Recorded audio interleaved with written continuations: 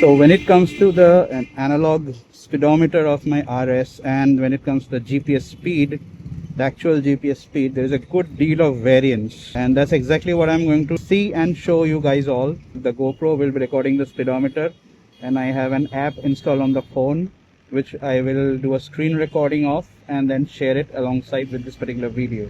So चलो देखते हैं कैसे क्या variance आता है, and it would be a good information for you all and for myself as well.